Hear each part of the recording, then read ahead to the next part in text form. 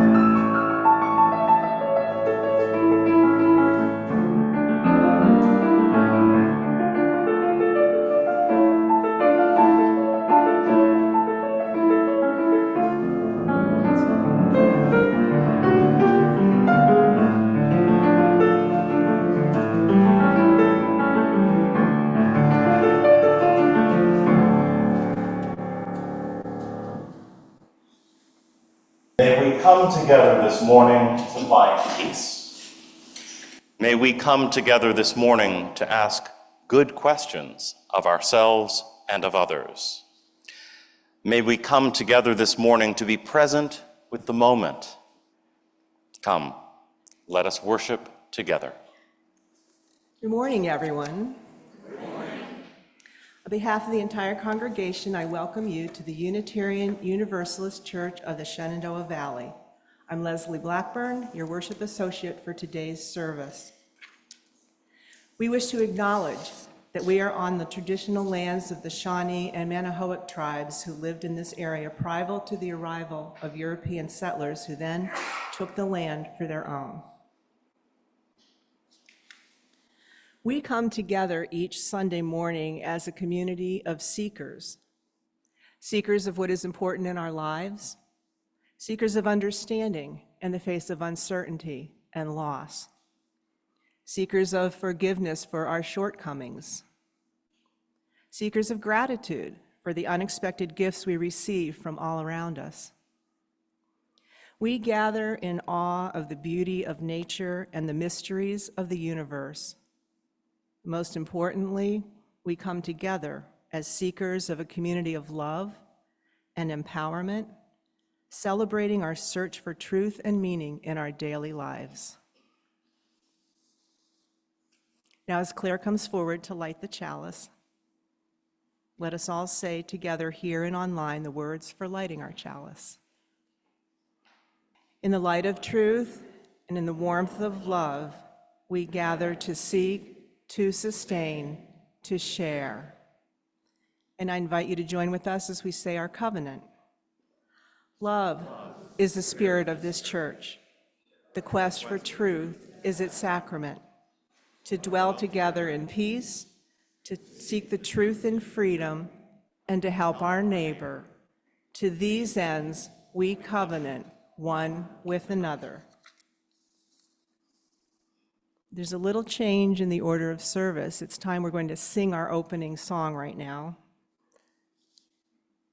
It's, song is hymn number 100 in the gray hymnal. I've got Peace Like a River. Please stand in body or spirit as we sing.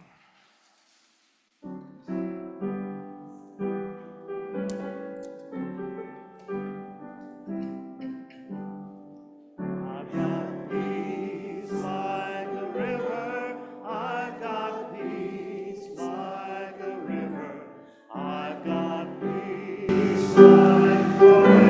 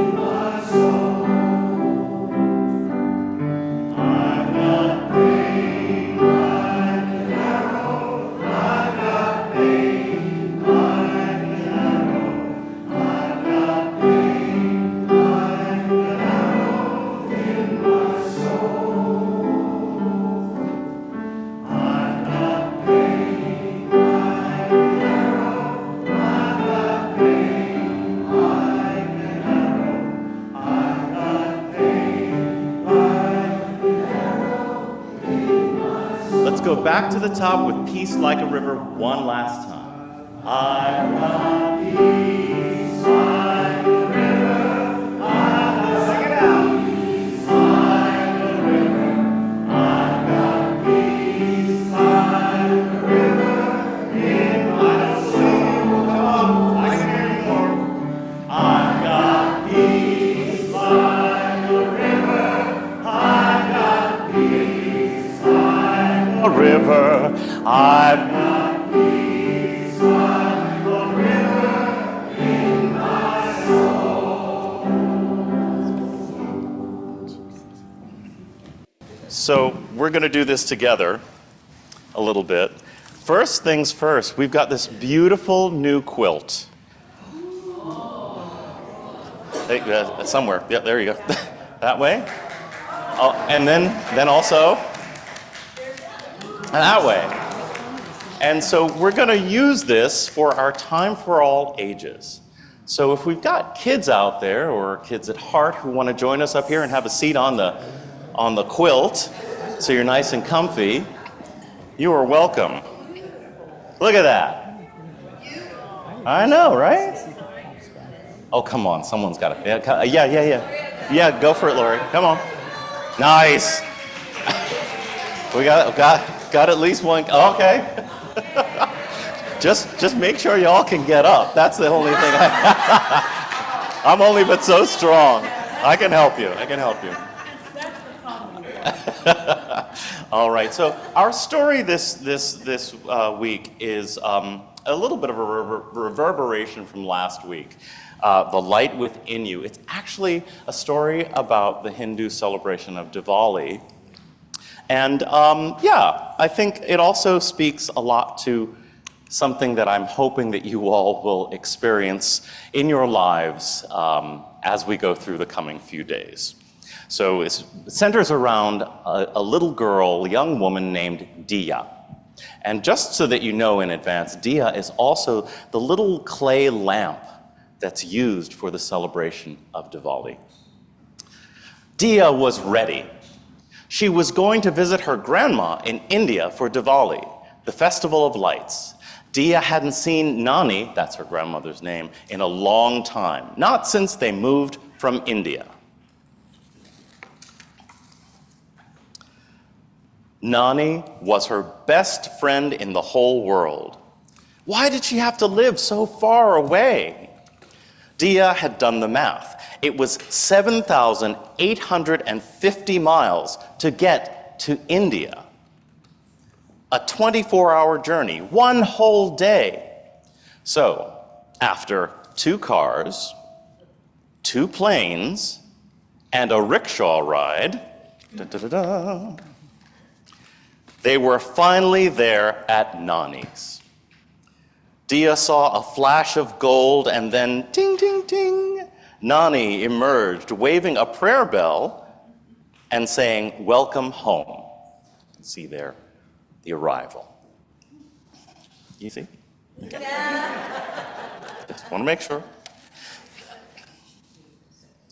Here in India with Nani, everything felt familiar, warm, and comforting. Diya wished she could stay here forever.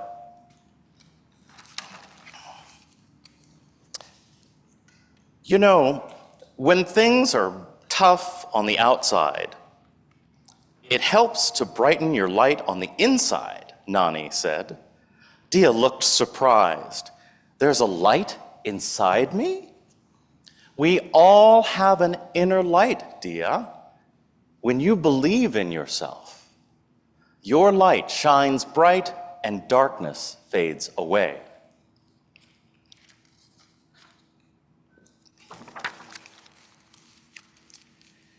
When the sun sank low, Nani led Diya outside. "And now," she said, "light of my life, you have the most important job of the day." And Diya was ready. Together with Nani, Diya carefully lit little Diwali lamps, shining diyas, just like my Diya, Nani said. Hundreds of diyas lit up the night. Beautiful.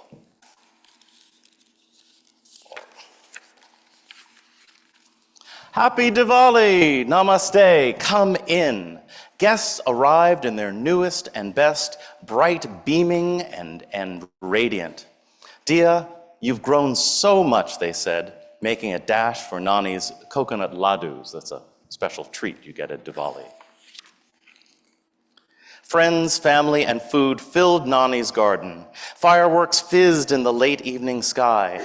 Dia, you and I are like these sparklers, Nani said, as their sparklers touched. We share a special connection and light each other up. Dia felt her inner light brighten. It was the kind of night when everything felt right, but soon. Dun, dun, dun. The laughter-filled evening ended with 100 goodbyes, and just like that, Diwali was over. An unsettling silence sneaked up on Dia. Soon she would have to say goodbye to Nani and this place that felt like home. Dia felt her light dim.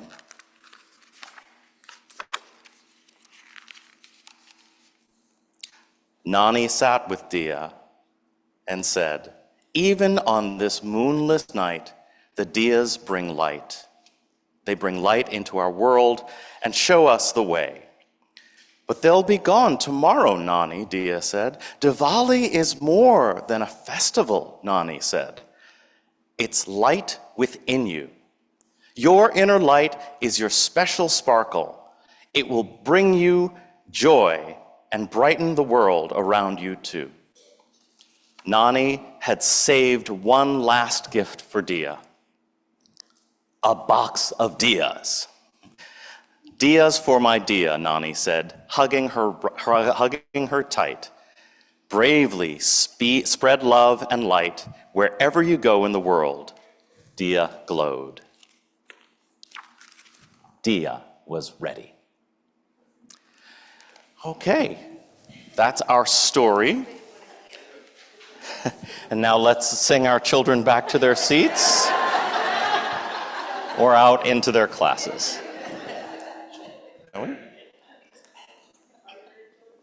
Going to class? Wait, Lori is going to class? I don't know if I mentioned that Kim Holbrook is the one who made this quilt. Yes, So thank you. Kim. Where are you? It's one of those days, folks. It's one of those days. There's a little improvisation, a little new stuff, a little unexpected stuff, and it all happens. You'll hear my message and you'll be like, oh, okay, yeah, you're right. I first wanted to share these words from the Irish poet William Butler Yeats. This is an excerpt from All Souls' Night.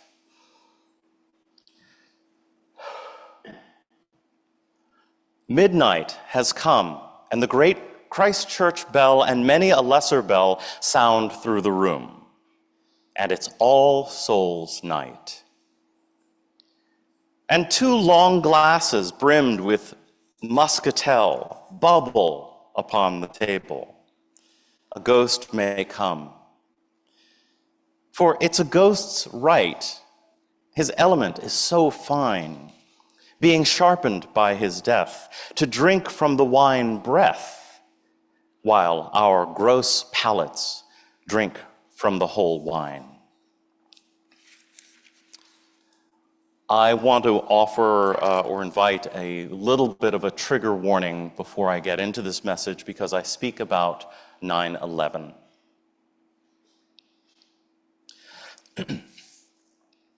This week, and the past week, is full of ritual.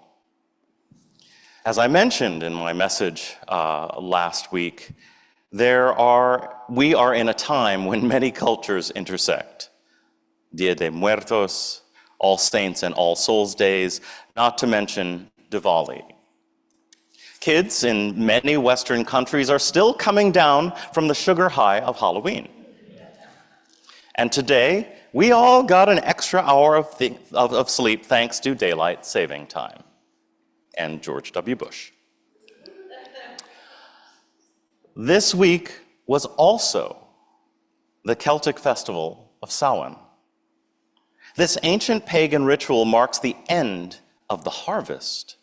It is celebrated by many UUs, members of the Covenant of Unitarian Universalist Pagans, CUPs, and bears many similarities to what we see in Dia de Muertos, especially in its relationship with the dead. Like Dia de Muertos, it was also absorbed and interpreted by the Catholic Church, and is where much of our All Hallows Eve symbolism comes from. I think in today's globally colonized world, we forget that Celts in the 10th century in Ireland did not know about Aztecs of Mexico, and that some of the connective tissue between the two has historically often been the Catholic Church. As part of my doctoral research, I'm reading a book by Theodore Allen that is titled The Invention of the White Race. This book offers a perspective that often gets lost in the modern conversation about race. Allen makes the compelling case that whiteness as a social classification beyond the physical quality of white skin has its roots in the long-standing internal struggles between the English, the Irish, and the Scots, and how they first accepted, and then eventually under Henry VIII in the 16th century with the English Reformation, rejected the Catholic Church. Without going fully down that rabbit hole, the important thing to understand is that the indigenous people of what we refer to today as the British Isles didn't, and frankly many don't, particularly consider themselves British. They held festivals and rituals that were tied to their life in the land. For the Irish Gaels, the 4 ancient festivals that are still celebrated by their descendants and in pagan traditions have been Lunasa, which is the beginning of the harvest, Samhain, which we are in now, the end of the harvest, Imbolc, the beginning of spring, and Beltane, the beginning of summer. Samhain and Dia de Muertos hold many similarities in terms of honoring the dead, with Samhain even going so far as to hold a place for the dead at mealtime, called a dumb supper, dumb referring to the meal being held in silence.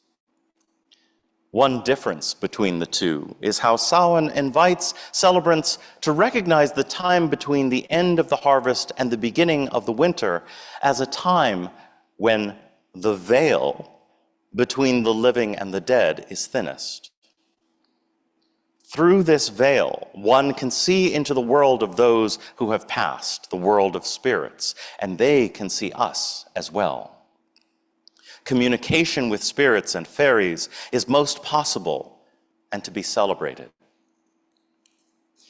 With the veil being this thin, maybe that's part of what has us in a state of anticipation about the coming weeks. It seems that ancient people were willing to receive so much more information about their existence in the world and other worlds, and we might want to recognize that what is coming to us as premonition, anxiety, or vision may be based in some truth about our presence in the spirit world that we're unaccustomed to embracing. When I think about Samhain, I'm brought back to my own direct relationship with Ireland, which began with my living and working in Dublin in the summer of 2001. I had the great fortune to work on a film project with a choreographer from the Abbey Theatre, and I met some amazing people who are still among my closest friends today. It was a magical time, and getting to know the ancient city and also getting out into the Irish countryside. I had never seen so much greenery in my life, nor had I seen so many sheep just wandering around, literally everywhere across the countryside. The people in Dublin also seemed to have something else going on behind their eyes. It is one of the places I've traveled in the world where you get a powerful sense of immediate human connection with many people. I adore Ireland. My time in Dublin was supposed to end on September 9th. Instead, I decided to take a side trip to London to see my ex-boyfriend on the morning of September 11th. By the time I made it from Heathrow to downtown, things were already unfolding back in the States. I was devastated when I saw the live images of the first of the World Trade Center towers collapsing in a television store. It is the only time in my life that my legs have crumpled beneath me due to shock. I was so grateful to be with my friend in that moment and to be with him for the next week while I was stranded in London. I was able to communicate with my producers back in Dublin, but unable to make any communication with the States. I had to trust that my family and friends were safe. Again, for that first week, I was in limbo. All flights were canceled, and I was 2 countries away from where I was supposed to be. Most of my belongings were in Dublin, and I was in London. The attack flights that had originated from Boston, what was supposed to be the first leg of my trip back to LA, were flights I knew well, having taken them regularly after seeing my family in the past. I had lived in New York, was born there. I had been a temporary secretary in the towers, had eaten at Windows of the World, commuted daily through the concourse, and first went to the observation deck with my 3rd grade class as a small child when they were first completed in the 1970s. Once I finally made it back to Dublin, I won't lie, I drank a lot of the little bit of money I had left. I even got drunk with Woody Harrelson. But that's a whole other story. And in some ways, it's not. What happened in that state of total uncertainty that lasted for me the better portion of a month was that I got to experience the natural cultural ability of the Irish to connect deeply with people. In that setting, I was easily pegged as American. People would just come up to me and hold my hands and weep. They would stop and pray for me, with me. There were no politics, no religious test, just one human sharing compassion for another.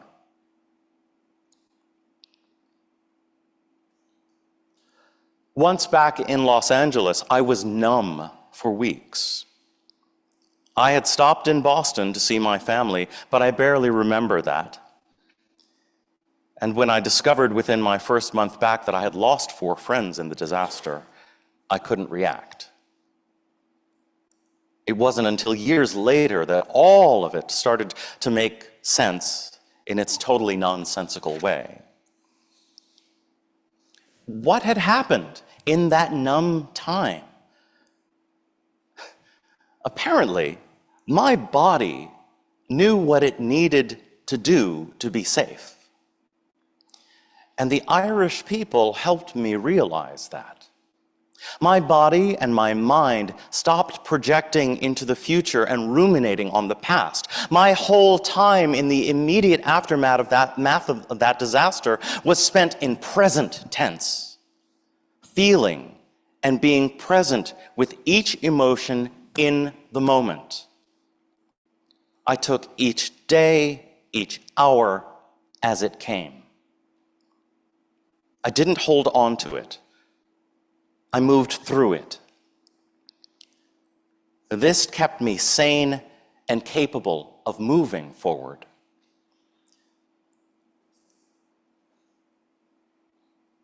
right now, many of us are in anxious states of anticipation and dread.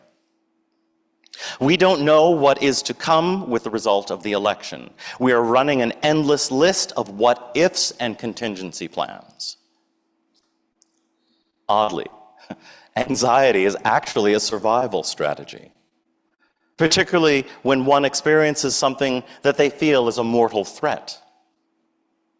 Fight or flight is real, and the preparation for that can be as gut-wrenching as the actual battle or escape.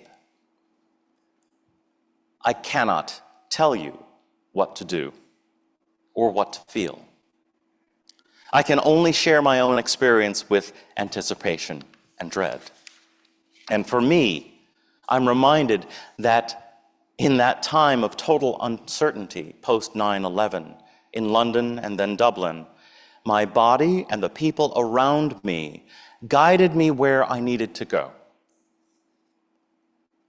They let me receive what I most needed. For whatever reason, my hardwiring and my situation pointed me toward those ways of being that I believe will allow me to get through these next few days with a sense of scale and scope.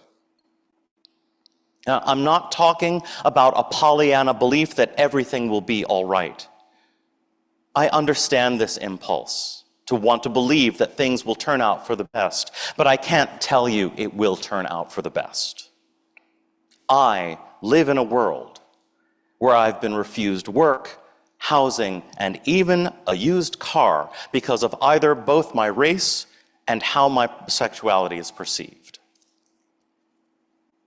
Regardless of how the election goes on Tuesday, both sides will be apoplectic over a loss and highly arrogant over a win. And I'm brought back to those days in the wake of 9/11, being in a foreign country where instead of curling up in a ball and drinking myself blind every day, I was invited to remain present. I was fortunate enough to be with people, total strangers, who had a deep and cultural practice seeing through the veil between now and what will come. The emotionally gifted people and experience of Ireland reminded me to take one day at a time. Be in the moment. Stay present. Find even a crumb of gratitude. Reflect on my own capacity for positivity. Affirm myself. Affirm the other. Move forward.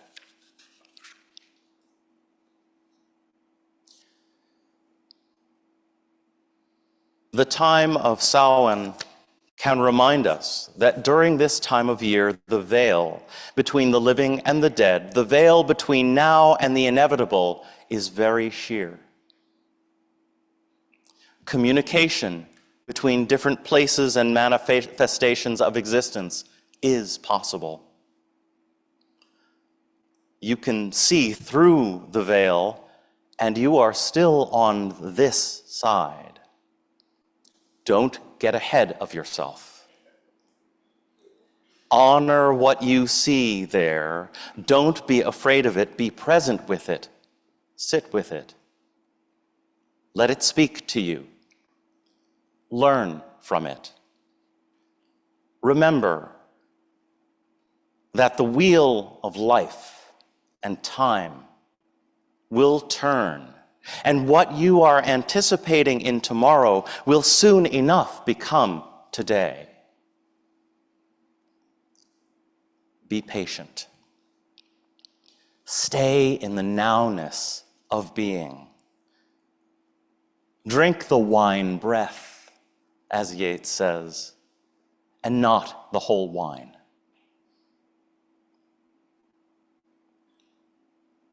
May it be so.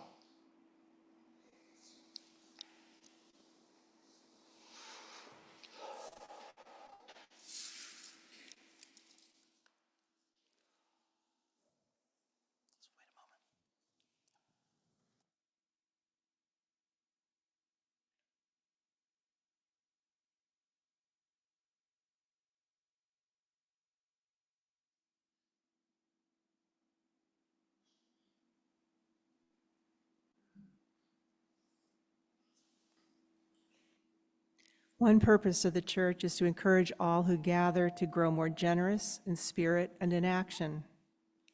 We will now gratefully receive an offering to sustain this self-supporting church and its ministries within and beyond our walls.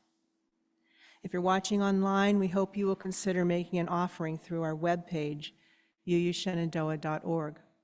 If you are visiting, feel free to let the basket pass. Your presence is our gift.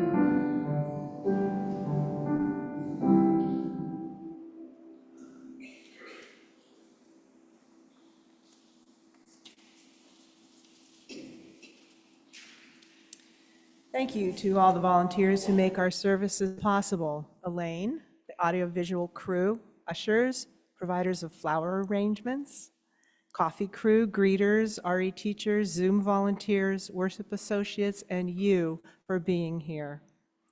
Our closing hymn is hymn number 131 in the gray hymnal, Love Will Guide Us. Please rise in body or spirit as we sing.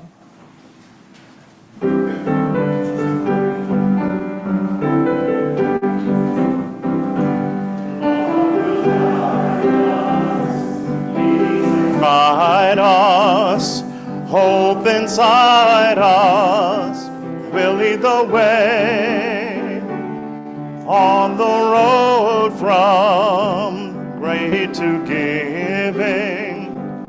Love will guide us through the hard night.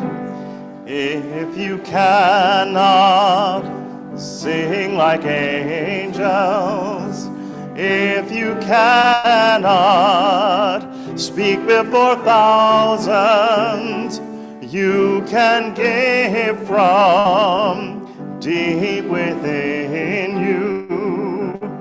You can change the world with your love. Love will guide us. Peace has dried us. Hope inside us will lead the way on the road from greed to giving.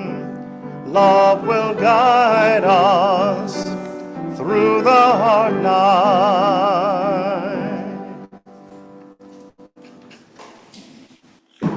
The veil is thin, so we see the possibilities. Let those possibilities inspire us in the now. Hold this time. Resist the urge to get too far out in front. Find the ground from which you reaped the harvest. You will be sustained no matter how the wheel turns. But you cannot consume what has not yet been sown. Be present. Be patient.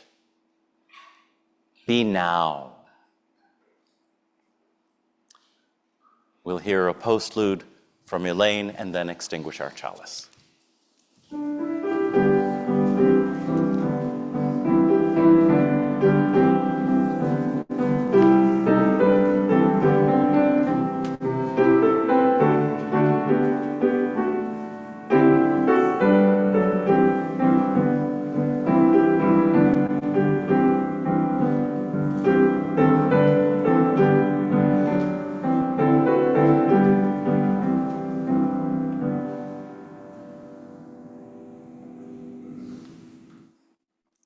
As Claire comes forward, let us all say together the words for extinguishing our chalice.